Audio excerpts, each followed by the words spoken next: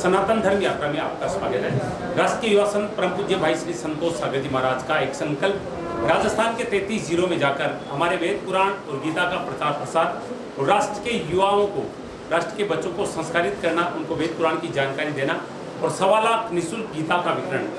यात्रा 33 जिलों में जा रही है। इस समय हम 7वें पड़ाव में अरावली पर्वत श्रृंखला के बीच बसे अलवर शहर में, जो कि जिला मुख्यालय है, और यहाँ पर नित्य वैदिक यज्ञ होता है, नित्य भागवत कथा होती है और रोजाना भाई श्री विभिन्न कोचिंग में जाकर, क्योंकि स्कूलों की छुट्टियां चल रही है, वहाँ जाकर बच्चों को अपने प्रेरणादायी प्रवचनों से लाभान्वित करते हैं, उनको संस्कारित करते हैं, उनको सद्मार्ग दिखाते हैं और साथ में निःशुल्क गीता का वितरण करते हैं। आज हम अलवर के शालोम कोचिंग में आए हैं, जहाँ पर बैंकिंग की, रेलवे की तैयारी करवाई जाती है और इसका अर्थ होता है सलाम यानी नमस्ते, और ये इजरायली शब्द हैं।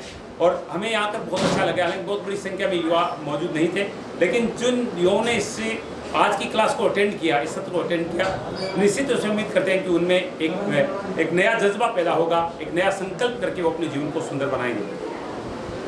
मैं अब परम पूज्य भाई श्री संतोष सागर जी महाराज के पावन श्री चरणों में नमन करते आपसे बोलिए सच्चिदानंद भगवान की जय।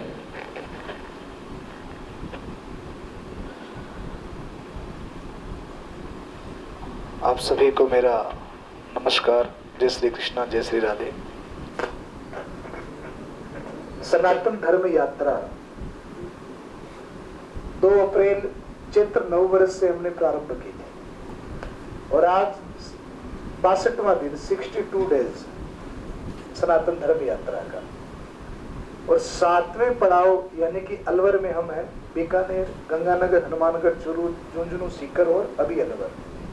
और इस 62 दिनों में मुझे समथिंग 25,000 बच्चों से मिलने का अवसर मिला है। बड़ी बड़ी यूनिवर्सिटीज, कॉलेज, विद्यालयों में, स्कूलों में जाकर के बहुत सारे बच्चों से मिला, बहुत सारे युवाओं से मिला, और इन सब से मिलने का मेरा एक विशेष कारण है, एक उद्देश्य है। हर व्यक्ति का अपने धर्म के प्रति, अपने राष्ट्र के प्रति एक कर्तव्य होता है। मेरा भी है, आप लोगों का भी है, और उसी कर्तव्य का निर्वाह करते हुए हमने ये यात्रा प्रारंभ की। मुझसे अगर पर्सनली अगर कोई पूछ ले कि आप सबसे ज्यादा प्रेम प्यार किससे करते हो, तो मैं हमेशा एक ही जवाब देता आया हूँ कि मैं सबसे ज्यादा प्रेम मेरे भारत के युवाओं से करता हूँ, बच्चों से करता हूँ, यानी कि आप सबसे करता हूँ। और इसी प्रेम के चलते मैं ये यात्रा लेकर के निकला हूँ, और इस यात्रा का बहुत सारा उद्देश्य है।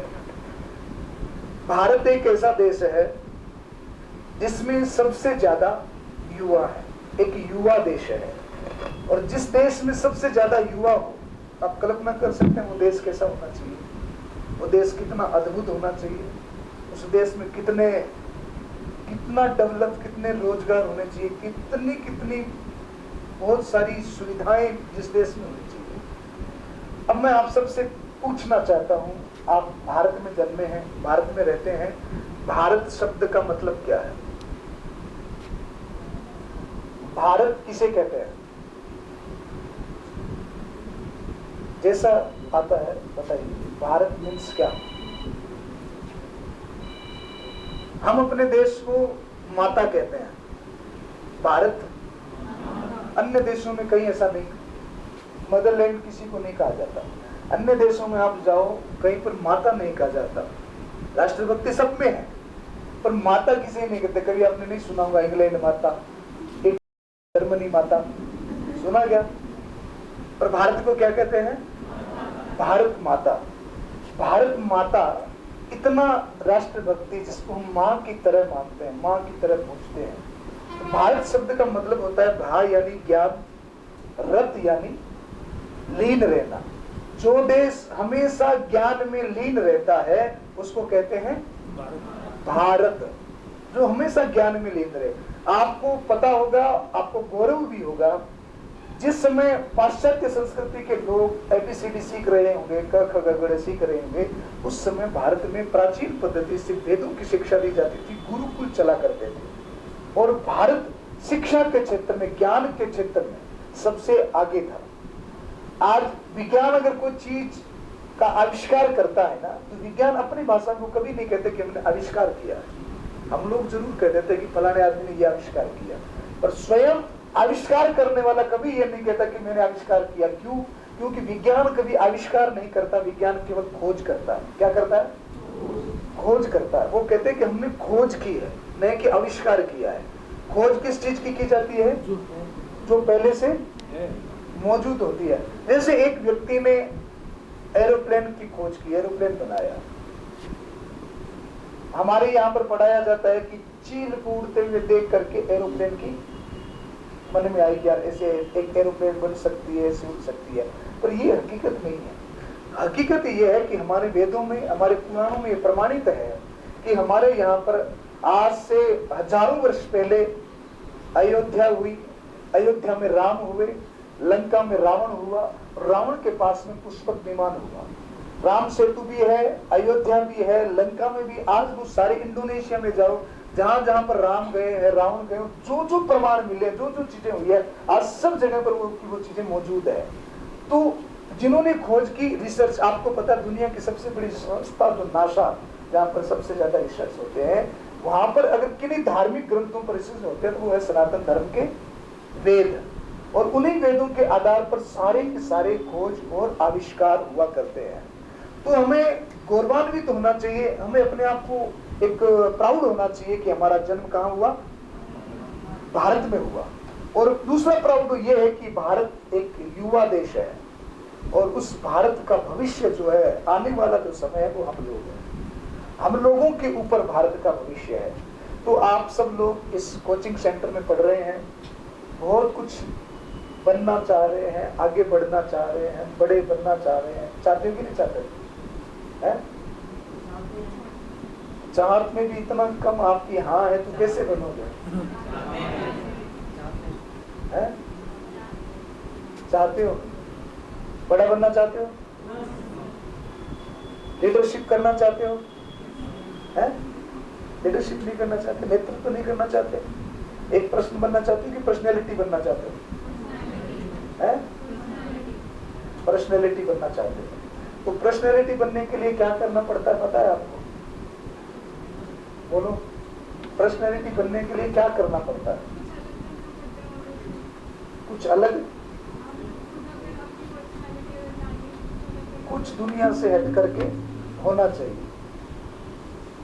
तो आज ऐसे ही कुछ सूत्र, ऐसे ही कुछ बातें मैं आपसे करने के लिए आया हूं।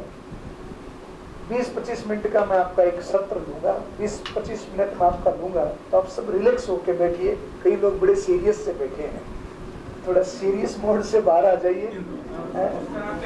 हाँ, थोड़े मुस्कुराइए। कोई ने ये मुंह तबले के जैसा कर रखा है, इतना बड़ा, तो थोड़ा इससे बाहर आ जाइए, थोड़ा रिलैक्स हो जाइए, आनंद के साथ में। मैं भी आपके जैसा हूँ, अभी तो मैं आप लोगों से कम पढ़ा लिखा हूँ, आप बहुत इंटेलिजेंट हैं, पर कुछ बातें मैं आपसे करना चाहता हूँ। हो सकता है कि मैं आपसे कुछ सीखूं, आप मेरे से कुछ सीखें। तो ऐसी कुछ बातें जो ये 15-20 मिनट का सत्र आपके लिए बहुत अनमोल हो सकता है। तो मैं अपने प्रवचन संस्कृत में दे दूं? है? संस्कृत में सुनना है कि इंग्लिश में सुनना है कि हिंदी में सुनना है? इंग्लिश में किसको सुनना है? संस्कृत में किसको सुनना है? तो अच्छा, हिंदी में किसको सुनना है? तो ज्यादा वोट हिंदी वाले हैं तो मैं हिंदी में ही सुनाऊंगा। बाकी हमारी भारत की प्राचीन भाषा क्या है? संस्कृत है। और आज वर्तमान भाषा हिंदी है। और कभी कभार इंग्लिश में भी घसड़ के लगा देते हैं। नहीं, ये भी पूछिए कि हमारी मातृभाषा कौन सी है? मातृभाषा मारवाड़ी, माइड भाषा मारवाड़ी है। जिस क्षेत्र में आपका जन्म हुआ है, जिस क्षेत्र में आपकी भाषा बोली जाती है, तो उसको आप राजस्थानी कह सकते हो, आप मारवाड़ी कह सकते हो। तो बहुत सारी बातें मैं आपसे करना चाहता हूँ।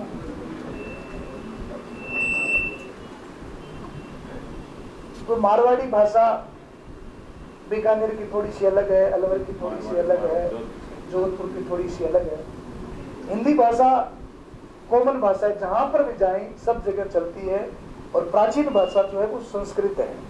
आज जरूर संस्कृत लुप्त होती जा रही है, संस्कृत कम होती जा रही है, पर संस्कृत भाषा देवलिपि भाषा, इतनी मधुर भाषा थी कि संस्कृत में आज भी वर्तमान समय में संस्कृत इतनी असरदायक है, इतना मीठा संस्कृत में कि संस्कृत में आप किसी को गाली भी दो ना तो सामने वाले को ये लगता है कोई कविता पढ़ रहा है। सच्ची में इतनी मधुर भाषा। अगर आप किसी को हिंदी में कहो ओ कुत्ते, नाराज नहीं हो जाएगा है? संस्कृत में कहो हो स्वान, वो उसको लगेगा कि मेरे लिए कोई कविता पढ़ी जा रही है। आप हिंदी में कहो गधे, सामने वाला नाराज हो जाएगा। संस्कृत में कहो हे वैशाख नंदन, बात वही की वही है, फिर वो राजी हो जाएगा। ऐसा लगेगा कि कुछ इतनी मधुर भाषा हमारी संस्कृत भाषा, अगर उसका अभ्यास किया जाए, नॉलेज लिया जाए तो बड़ी प्यारी भाषा है। अभी गर्मियों का समय है, गर्मियों के समय में आइसक्रीम का चलन ज्यादा होता है। आइसक्रीम खाते हो आप? आइसक्रीम ही खाते हैं। तो आइसक्रीम को संस्कृत में क्या कहते हैं बताओ? है भीम क्रीम। संस्कृत में आइसक्रीम को क्या कहते हैं? आज मैं बता देता हूँ। आज जब आइसक्रीम वाले के पास जाओ ना तो उससे कहना सर एक दुग्ध शर्करा युक्तम हिम गोल गट्टम दीजिए। क्या कहेंगे? दुग्ध शर्करा युक्त दुग्ध शर्करा युक्तम हिम गोल गट्टम। अब उसमें भी अगर मैंगो फ्लेवर लेना हो तो सर आम्र दुग्ध शर्करा युक्तम हिम गोल गट्टम। इतना बोलोगे आइसक्रीम पिघल जाएगी।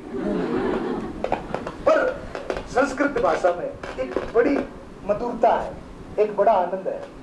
तो हम संस्कृत में बात नहीं करेंगे, हम हिंदी में बात करेंगे और कुछ महत्वपूर्ण बातें हैं जो हमारे जीवन को बहुत ज्यादा सुंदर बना सकती है, बहुत अद्भुत बना सकती है।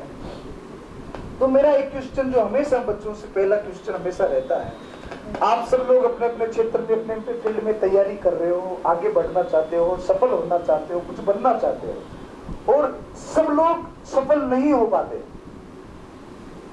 100 में से एक ही सफल हो पाता है। हमें यह देखना है कि जो एक सफल हुआ उसके अंदर क्या खूबी थी, उसके अंदर में क्या विशेषता थी, उसने ऐसा क्या किया और हमने ऐसा क्या नहीं किया जो हम पीछे रह गए। हमें खुद को फेल नहीं होना है। जो लोग फेल हुए हैं अपने लाइफ में उनसे हमें सीखना है कि ये फेल क्यों हो गया। आज समय नहीं है। पहले बुजुर्ग लोग कहते थे ना भाई ठोकर खा खा के सीखते हैं। तो आज समय की रफ्तार इतनी बढ़ गई है कि आज ठोकर खाने का समय हमारे पास में नहीं है। जो ठोकर खाए हुए हैं ना उन्हीं को ही देख करके हमें सीखना है। ठोकर खाने का समय हमारे पास नहीं है और खाने भी नहीं है। तो जो आगे बढ़ना चाहते हैं, मेरा सिर्फ एक क्वेश्चन हमेशा बच्चों से रहता है। पहला क्वेश्चन यही रहता है कि जिंदगी के इस भाग दौड़ में, इस परिश्रम में, इतनी मेहनत करने के बाद, इतनी कोशिश करने के बाद में भी हार कौन जाता है? फेल कौन हो जाता है? फेलियर कौन कहलाता है? मेरा प्रश्न है आप सबसे, जिंदगी किस दौड़ में, सफलता किस दौड़ में, अचीवमेंट किस दौड़ में हार कौन जाता है? सक्सेस की दौड़ में। सक्सेस तो हम सब होना चाहते हैं पर सब नहीं हो पाते। सब कुछ न कुछ अचीव करना चाहते हैं पर सब नहीं कर पाते।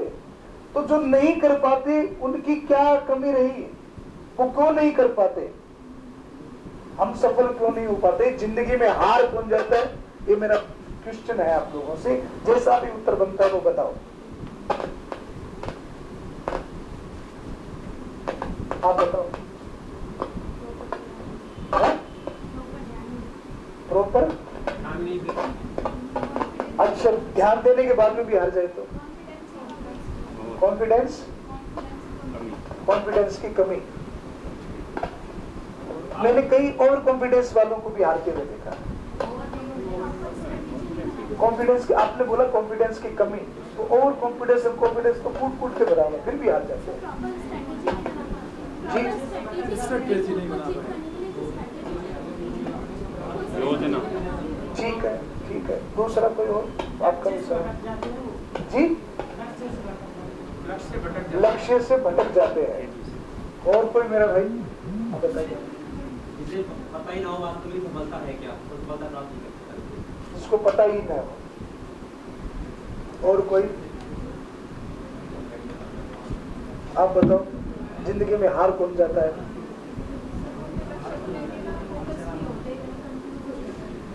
ध्यान नहीं, फोकस नहीं। आपका जवाब लगभग मैं सही कह सकता हूं।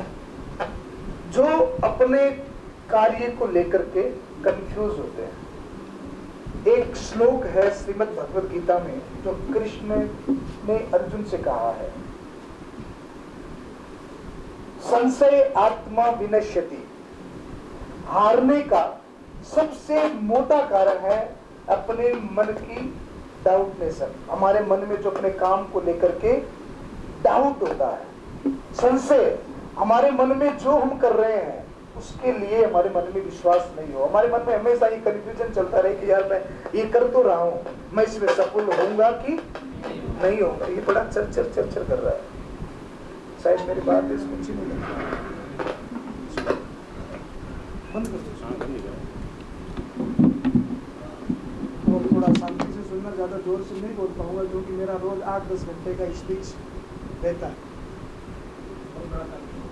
तो सबसे पहली चीज ये है कि हमारे मन में जो डाउट रहता है, अपने काम को लेकर के हम एक फोकस नहीं कर पाते, ध्यान नहीं दे पाते कि हमें करना क्या है और जो कर रहे हैं क्या उसमें हम सफलता प्राप्त कर सकते हैं, क्या इसमें हम सफल हो सकते हैं। ये जो डाउटनेशन है, ये जो डाउट, जो मन में एक संशय जो चलता रहता है, कर पाऊंगा कि नहीं कर पाऊंगा, कर पाऊंगा कि नहीं कर पाऊंगा। श्री कृष्ण ने इस बात को सफलता में सबसे बड़ा रोड़ा बनाया। ये सबसे बड़ी खतरनाक चीज है कि हमारे मन में संशय रहता है, हम अपने काम को लेकर गंभीर नहीं होते, हमारे मन में डाउट रहता है। तो अगर हम सफल होना चाहते हैं तो सबसे पहली चीज है कि हम अपने डाउट को क्लियर करें, एकदम कॉन्फिडेंस, आत्मविश्वास को डेवलप करें, डाउट को क्लियर करें, तो हम अपने सफलता के मार्ग को और ज्यादा सरल बना सकते हैं। दूसरी बात, जैसे थोड़ा सा इशारा चेतन दास जी ने किया था, हम सफल आदमी ज्ञानी होता है। ज्ञान केवल जो हमने किताबें कॉलेज में कोचिंग में आकर पढ़ी है उन किताबों से ज्ञान नहीं मिलता है। वो किताबें निश्चित हमको जिस क्षेत्र में हम जा रहे हैं उस क्षेत्र की बातें जरूर बता देती है कि आप पुलिस में जा रहे हो तो पुलिस लाइन में आपको क्या क्या जरूरी है, आप बैंकिंग की तैयारी कर रहे हो तो बैंकिंग में क्या क्या जरूरी है, वो चीजें तो आपको किताबें बताएगी। पर रियल लाइफ प्लेटफॉर्म पर जब धरातल पे हम काम करते हैं उस समय हमारे को कौन सी चीजें काम आती है, वो जो ज्ञान है वो ज्ञान हमको कहाँ से मिलता है। आप देखोगे आपके पास, ध्यान देना मेरे भाई, बड़ी सुंदर बात है, छोटी सी है पर बहुत काम की बात है। हमारे आसपास हर घड़ी हर क्षण कुछ न कुछ ऐसा घटित होता रहता है जिससे हम बहुत ज्यादा सीख सकते हैं। दिन में आप कम से कम 20 आदमियों से मिलते हैं तो उन 20 आदमियों की बातों को अगर आप ध्यान से सुनेंगे, उनके चेहरे को पढ़ना सीखेंगे, उनके साथ बैठेंगे, उनकी बातों को ऑब्जर्व करेंगे, तो अब वो 20 आदमी आपके 20 गुरु दिन में हो गए और वो 20 के 20 व्यक्ति आपको बहुत कुछ सिखा के चले जाएंगे। हमारी आदत होनी चाहिए, बकरी जो होती है ना, बकरी की आदत क्या होती है, उसको कहीं पर भी आप कितना ही भरपेट चारा खिला दो, कितना ही उसको खिला दो, उसके सामने जब भी कोई नया चारा लाके डालेगा वो मुंह मारेगा। उसकी आदत होती है वो, कि वो आदत हमारी होनी ही चाहिए। आदत कहाँ होनी चाहिए? ज्ञान के मामले में, कि जहां पर हमको कुछ नया सीखने को मिल रहा है, कुछ नया मिल रहा है तो उसको तुरंत हमको ले लेना चाहिए। हमारी आदत क्या हो गई है? आदत नहीं कहोगे, हमारी सोच एक थिंक हो गई है। अगर हम कहीं किसी होटल में जावे, एक रिसेप्शन पर बैठी हुई लड़की 4 लाइन अगर इंग्लिश की बोल दे तो हम लोग बड़े प्रभावित हो जाते हैं। बड़ी को इंटेक्ट करती है, हमको जोड़ लेती है कि यार ये इंग्लिश बोल रही है, रिसेप्शन पर बैठी है, वो प्रभावित ढंग से बोलती है तो हम देखते हैं कि यार ये बहुत एजुकेटेड है। हमारे साथ में उसका व्यवहार कितना सरल हो जाता है, देखते हो ना। जितना हम उसके साथ में अपने आप को एक एजुकेटेड, एक नाइस पर्सन बनाने की कोशिश करते हैं कि यार तुम पढ़े लिखे हो तो हम भी कोई कम नहीं है, तो वो 4 लाइन इंग्लिश की बोलती है और हमारे साथ उसकी कनेक्टिविटी ऐसी हो जाती है कि हम भी ये जाहिर करना चाहते हैं कि हम भी तुमसे कम नहीं है, हम भी पढ़े लिखे हैं, हम भी एजुकेटेड हैं। एक कोई कुक जिसने इंग्लिश में कुकिंग का कोर्स किया और वो खाना बनाती है इंग्लिश बोल करके, यार बहुत बड़ी कुक है, इतना बढ़िया खाना बनाती है, पर आपने कभी भी उतने ही गौर से उतने ही ध्यान से, उतने ही प्रेम से आपने कभी अपने दादा से सीखा? बोलो, कभी सुना उतने प्रेम से? कभी अपने दादी से सीखा? कभी अपने मम्मी से सीखा? दादा, दादी, ताऊ, मम्मी, ये सबसे पहले गुरु होते हैं जो आपके घर में आपके साथ में सबसे ज्यादा टाइम स्पेंड करते हैं। और आप उनसे सीखना, क्योंकि उनका जो जीवन का अनुभव है वो अनुभव आपको इन किताबों में कभी नहीं मिलेगा। आपके मम्मी से बड़ा कुक कौन होगा? कभी कभी हम अकेले घर जाते हैं तो मम्मी बातें करते करते खाना बना देती, भोजन बना देती, कभी देखती भी नहीं, ना तो वो मसाले के बर्तन की तरफ देखती है, ना सब्जी जिसमें बन रही है उसकी तरफ देखती है, हमारी तरफ देखती है, बातें करते करते भोजन बना देती है। कभी कभार 10, 15, 20 लोग भी हमारे साथ हो, उसी मस्ती के साथ फिर भी वो उसकी तरफ नहीं देगी, मुट्ठी भर के डाल दिया मसाला और वो खाना वैसे का वैसा ही स्वादिष्ट बनेगा। कोई फर्क नहीं, उन्होंने कोई कोर्स नहीं किया, कोई उनको इंग्लिश भी नहीं आती, ना जाकर किसी कुकिंग क्लास में उन्होंने कुछ सीखा। उन्होंने कहाँ से सीखा? बोलो, अपने घर से, उन्होंने अपनी माँ से सीखा, उन्होंने अपने घर वालों से सीखा। तो बहुत सारी ऐसी ज्ञान की चीज है जो हम दैनिक जीवन में अपने आसपास के लोगों से सीख सकते हैं। ये इन प्रकार हमारा एक उद्देश्य रहना चाहिए सफलता के क्षेत्र में कि हम कहीं से भी ज्ञान अर्जित करें।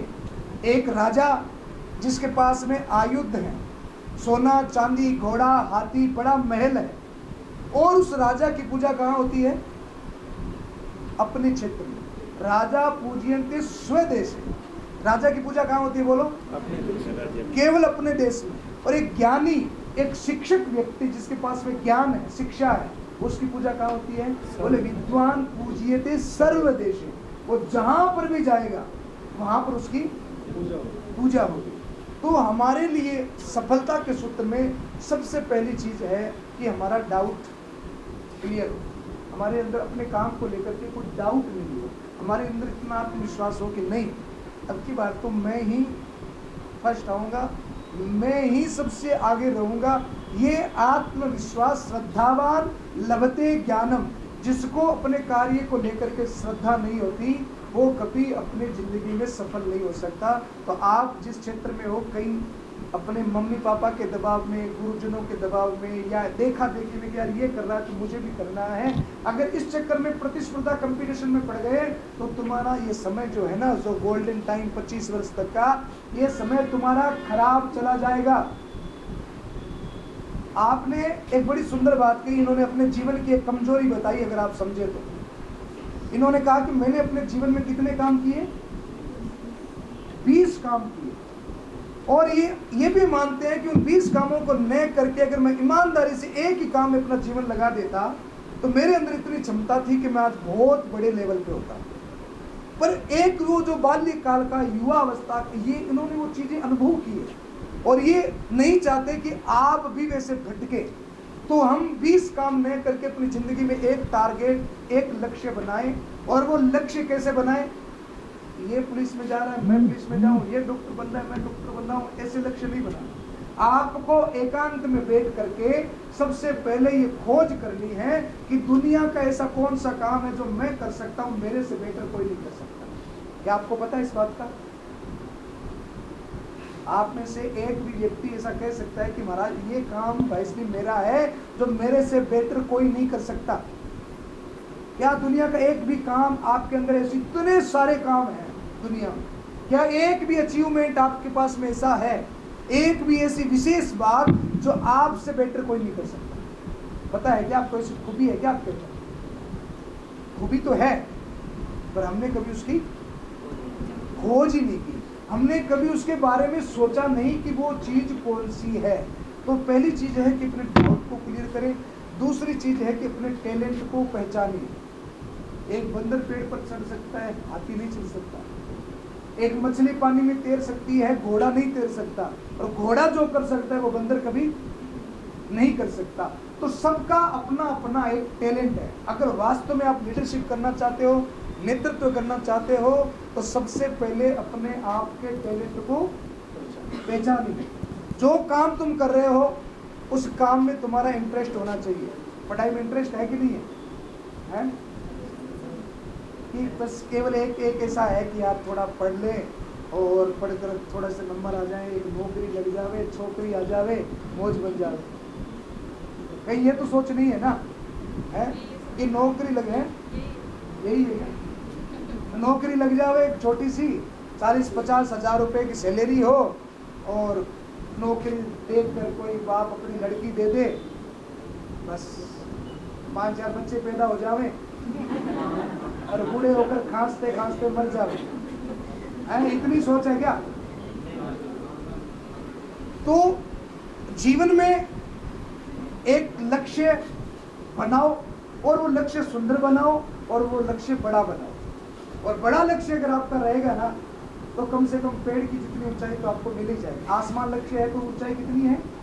पेड़ की जितनी। और लक्ष्य ही अगर पेड़ है तो कौन सा ही बन जाओगे, जमीन पर रेंगते रहोगे। इसलिए अपना टारगेट ये नहीं होना चाहिए कि बस नौकरी हो जाए, छोकरी आ जावे, और एक बढ़िया सा मकान बन जाए, एक 4-व्हीलर गाड़ी आ जावे और मामला चकाचक। ऐसे दुनिया में लाखों लोग रोज जन्म लेते हैं और लाखों लोग रोज मर जाते हैं। उसमें आप कोई विशेष काम नहीं कर रहे हो, ये तो दाल रोटी चल ही जाएगी, पर अपने जीवन को एक ऐसी ऊर्जा दीजिए, एक ऐसा प्रकाश दीजिए कि आपका नाम जहाँ आवे, आपकी उपस्थिति ही ऐसी हो कि आपका आगमन हो तो लोग खड़े होकर के ताली बजाने लग जाए। ऐसा अपने आप को डेवलप कीजिए, ऐसा अपने आप को बनाइए, और वो क्षमता, वो योग्यता आप सबके अंदर है। मैं आपसे एक क्वेश्चन करना चाहता हूँ, क्या जमीन में से तेल निकलता है?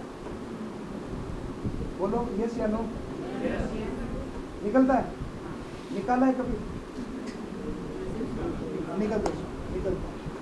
जमीन में से तेल आपके अंदर जोश,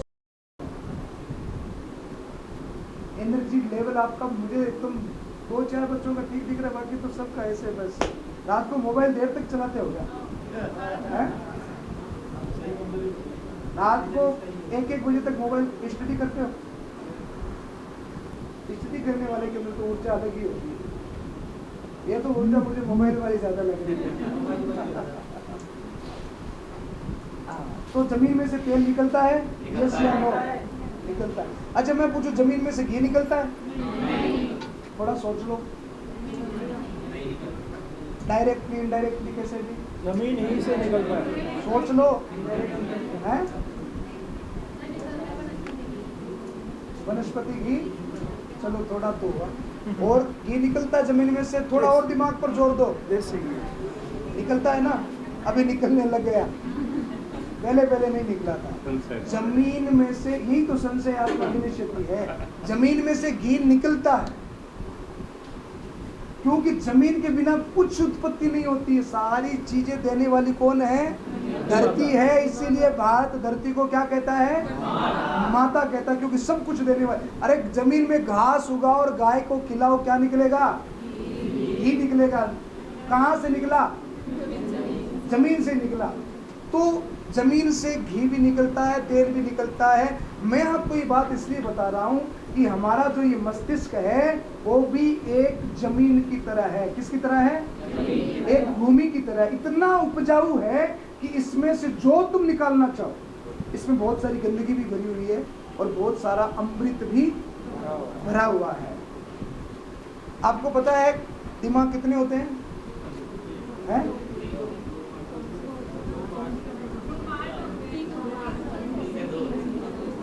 मोस्टली 2 ही होता है। कभी अखरोट देखा है ना? अखरोट होता है, एक तो होता है, 2 माइंड होते हैं, एक तो होता है सेविंग और एक होता है क्रिएटर।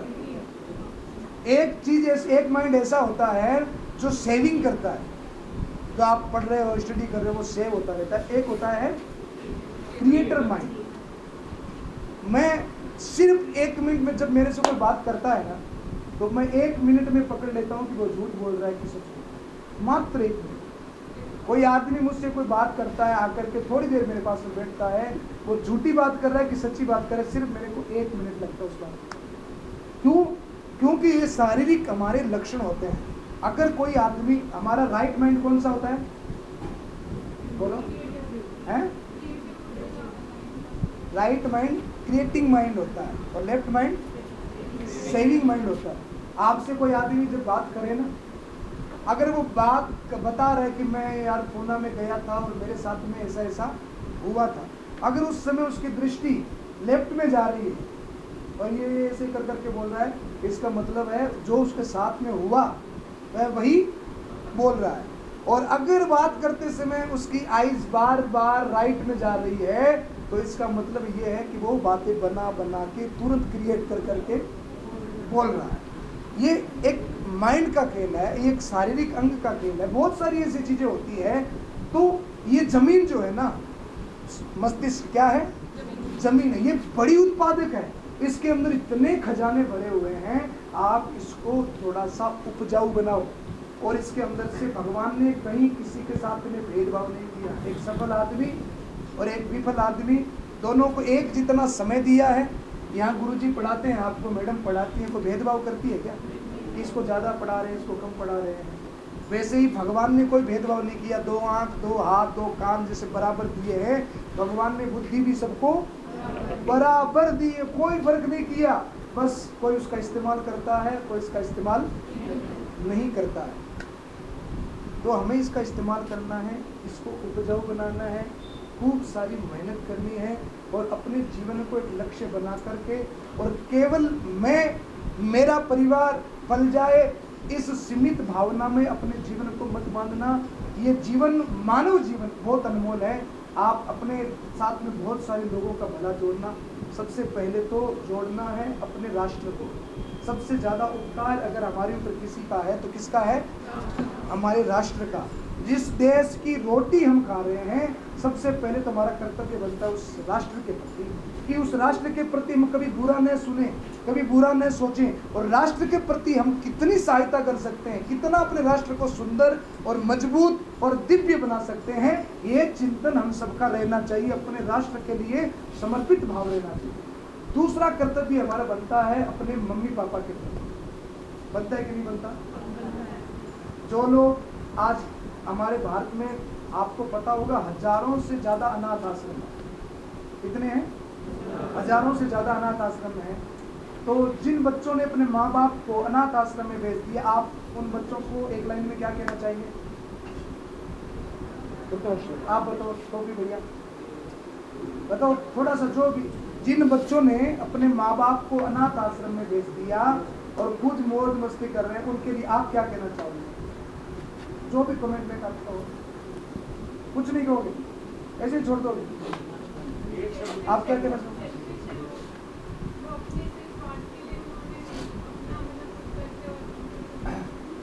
चलो, तो जो अपने माँ बाप का नहीं हुआ तो वो लगता है कि दुनिया में किसी का हो सकता है। तो ऐसे लोग जो अपने माँ बाप की रेस्पेक्ट नहीं करते, ऐसे लोगों के साथ में कभी मित्रता मत करना। वो हमेशा आपके लिए नुकसानदायक होंगे, दुखदायी होंगे। अगर जिंदगी में सफल होना तो ये भी एक अंग है कि जो तुम्हारा मित्र है, जो तुम्हारा फ्रेंड है, वो अच्छा होना चाहिए। अगर आपका मित्र अच्छा है तो आपके अंदर भी बहुत सारी अच्छाई रहेगी। जो आपको कहे ना कि यार चल थोड़ा उधर चलते हैं, 2 सूट सिगरेट के मार के आते हैं, चल यार क्या पढ़ा इस पढ़ाई में, चल यार फिल्म देख के आते हैं, चल यार चलना क्या पूछना है मम्मी पापा को, हम चलते हैं, मम्मी पापा करते रहेंगे। ऐसे लोगों के साथ में मित्रता मत करना। वो आपके लिए विष के समान सबसे ज़्यादा हानिकारक हैं। अगर आप अपने जीवन में सफल होना चाहते हो तो सबसे ज़्यादा दूसरी अपनी ड्यूटी किसके प्रति बनती है? माता पिता के प्रति। और तीसरा कौन आता है? उन्हें तीसरे आते हैं गुरुजन, जिनसे हमने कभी कुछ सीखा हो, जिन्होंने हमको पढ़ाया हो। कितने भी बड़े पद पर चले जाना, पर उन गुरुजनों के प्रति अपने कर्तव्य को कभी मत भूलना। तो ये वो लोग हैं जो आपकी प्रसन्नता से, आपकी खुशी से, आपकी पदोन्नति से सबसे ज्यादा प्रसन्न होने वाले लोग हैं। इन लोगों के प्रति हमेशा कर्तव्य निष्ठ रहना। और मैं अपने बारे में कहूँ, मैं वो चौथा आदमी होऊंगा मेरे हिसाब से। मैं अपने मन की बात बता रहा हूँ कि आप जितने चेहरे मुझे दिख रहे हैं, आप में से अगर कोई सफल हो गया और कोई ऊंचे पद पर चला गया और कभी किसी मोड़ पर मुलाकात हो गई, तो चौथा आदमी वो मैं होऊंगा जो आपकी सफलता से बड़ा प्रसन्न हो जाएगा।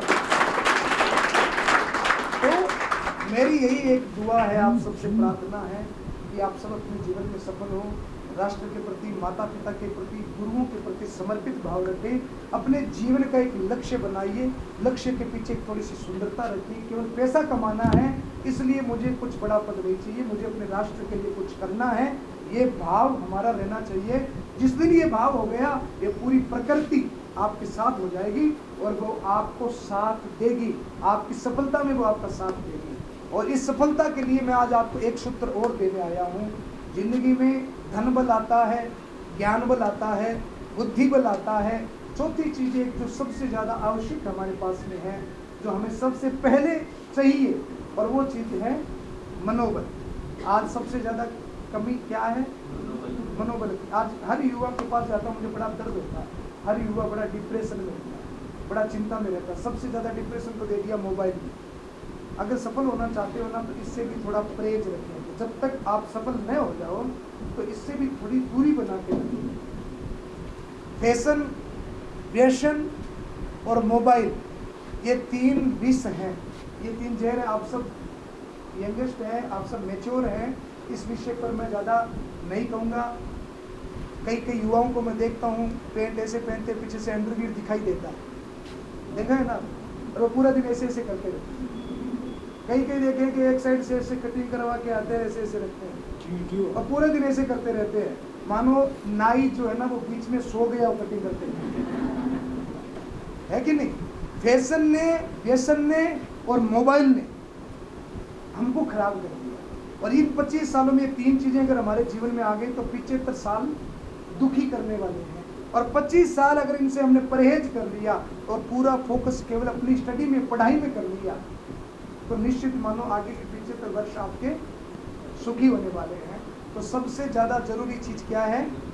आत्मबल, मनोबल, जो हमें डिप्रेशन से निकाले, हमारे अंदर इतना कॉन्फिडेंस भर दे कि कोई भी चैलेंज हमारे लिए बड़ा ना हो। एक कोई निर्णय लेवे तो उस निर्णय को लेने के लिए हमें घंटों न लगे, एक क्षण, एक मिनट ही काफ़ी हो। और उसके लिए मैं आज आपको एक किताब, एक पुस्तक, एक ग्रंथ गाइड करने के लिए आया हूँ।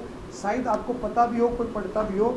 हमारे सनातन धर्म में ये एक बुक है। कौन कौन जानते हैं इसके बारे में?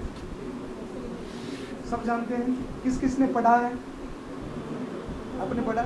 थोड़ा बताओ इसके बारे में, कुछ जो पढ़ा।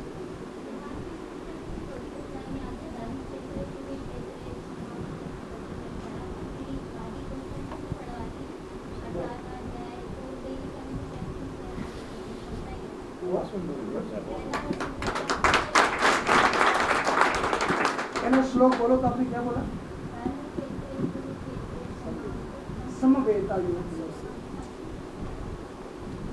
धर्म क्षेत्रे कुरुक्षेत्रे समवेता युक्त मामकः पांडवाश्चैव किम कुर्वन्ति संजय। ये गीता जी का प्रथम श्लोक है। गीता में 3 पात्र हैं मुख्य, थोड़ा सा बताऊंगा, ज्यादा समय नहीं दूंगा आपका। 3 पात्र हैं गीता में, बहुत सारी चीजें हैं। दुनिया का कोई भी मोटिवेशनल स्पीकर आप देखते हो ना, जो भी मोटिवेशनल स्पीच देता है, आप मेरी बात मानना, इससे बाहर वो कुछ बोल ही नहीं सकता। सारी जो चीजें वो कहाँ से बोलते हैं?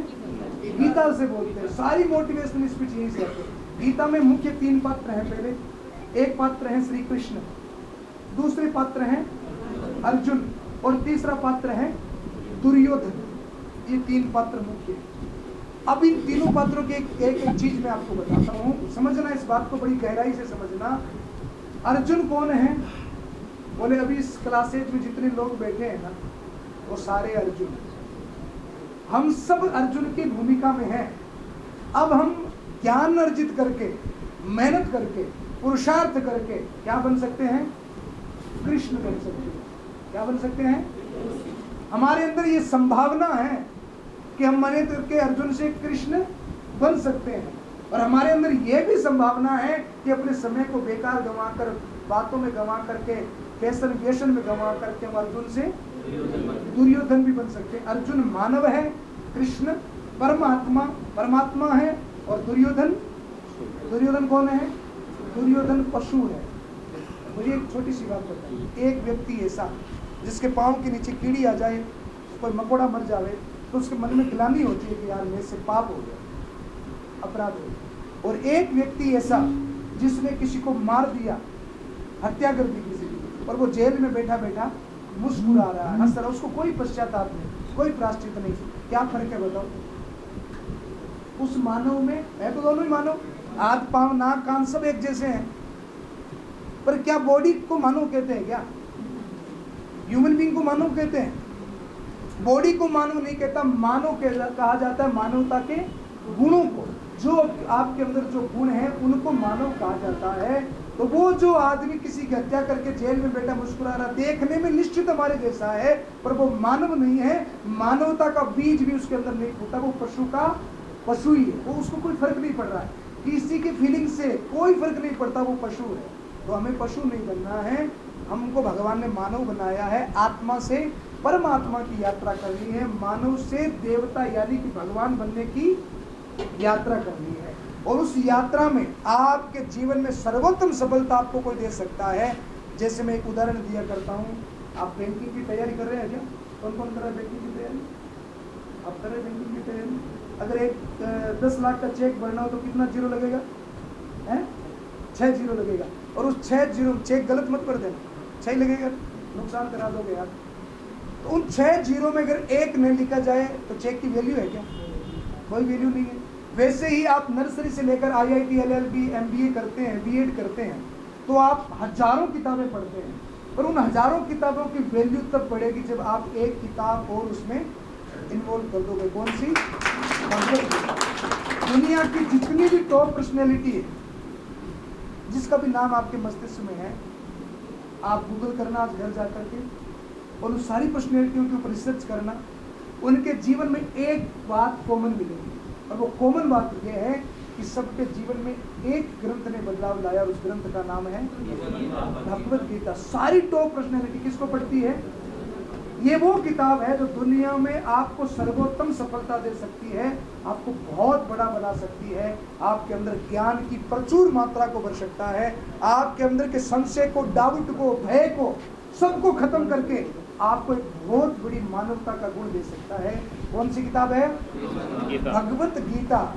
ये अपने आप में बहुत बड़ा चैलेंज है, इसको पढ़ना तो सरल नहीं है, एक पत्ता खोल के पढ़ोगे ना तो खोपड़ी घूमने लगेगी। और अगर इस चैलेंज को आपने पूरा कर लिया तो दुनिया का हर चैलेंज आपके लिए बहुत सारा छोटा हो जाएगा। ये कोई रिलीजन संबंधित किताब नहीं है, कोई धर्म संबंधित किताब नहीं है। आप नहाए बिना नहाए, बेड पर, गाड़ी पर, छत पर, जब आपका मन करे तब आप पढ़ सकते हो। आपके पास में ये रहे, आपके हैंडबैग में रहे, आप गाड़ी में ट्रैवलिंग कर रहे हो, कहीं घूमने गए हो, कभी ऐसे बैठे हो, तब आपको क्या पढ़ना है? इसको याद करना। याद करने से ज़्यादा, पढ़ने से ज़्यादा इसको समझना है। जब तक पहली श्लोक की बात समझ में नहीं आवे पूरी तरह कि कृष्ण क्या कह रहे हैं, क्यों कह रहे हैं, किस लिए कह रहे, तब तक आगे मत बढ़ना। उस बात को पूरा समझना, इतना इंटरेस्ट आएगा आपको, इतना आनंद आएगा, क्योंकि दुनिया की सबसे ज़्यादा महत्वपूर्ण बात है। तो मैं आपको इस बारे में बताने आया हूँ, और आप अगर ये पढ़ेंगे तो आपका बहुत लाभ होगा। आप बड़े बनेंगे, बड़े पद पे जाएंगे, तो मेरा तो कोई स्वार्थ नहीं होना पूरा, बस मेरा स्वार्थ इतना है कि मेरा राष्ट्र मजबूत होगा जब आप लोग मजबूत होंगे। तो आप आगे बढ़िए। आज ये किताब मैं आपको गिफ्ट देके जाऊँगा, स्वीकार करेंगे? सब करेंगे? फिर क्या करेंगे इसका? है? क्या करेंगे? पक्का? प्रॉमिस? या घर जाकर लो दादी जी, है? ऐसा तो नहीं करेंगे? आपके घर पे मुझे पता है सबके घर में गीता है, पर ये आपको अपने पास में रखनी, अपने हैंडबैग में रखनी। जब भी आप थोड़ा सा मायूस हो, टेंशन में हो, डिप्रेशन में हो, या फिर एकांत में हो, प्रसन्न मन में हो, पढ़ेंगे तो और ज़्यादा आनंद आएगा। बस ये किन प्रकार है, रोज 1-2 चैप्टर, 1-2 पत्ता आदत डाल लो। जैसे मोबाइल की आदत है ना आपको, वैसे गीता की भी आदत डालो। अगर पढ़ने में आनंद नहीं आ रहा है, बोर हो रहे हो, कुछ समझ में नहीं आ रहा है, फिर भी आदत बना लो, या 5 मिनट रोज पढ़ने की आदत बना लो। साल भर में आप देखोगे कि आपके अंदर बहुत सारा परिवर्तन आ जाएगा, बहुत सारी चेंजिंग्स आ जाएगी। ये पढ़ेंगे तो आपको लाभ होगा। पढ़ेंगे कि नहीं पढ़ेंगे? तो 2 महीने बाद में मैं फिर आऊँगा, पक्का। और उस समय हम चर्चा किसके पे करेंगे? फिर ये ज्ञान नहीं दूंगा मैं आपको, इसके ऊपर ही चर्चा करेंगे, पक्का। हाथ ऊपर करो तो कौन कौन पढ़ेगा? सभी पढ़ेंगे। एक बार अपने लिए ताली बजा लो। तो अब मेरे पास वो बातें तो वही है कि एक वक्ता और टीचर्स, कथाकार, कलाकार बातें खत्म नहीं होती है। तो आप सबको मेरा बहुत बहुत नमस्कार। आप इसको पढ़िए, आपका जीवन सुंदर बने, यही प्रार्थना। बोले भारत माता की, सनातन धर्म की। धर्म यात्रा शुभम भव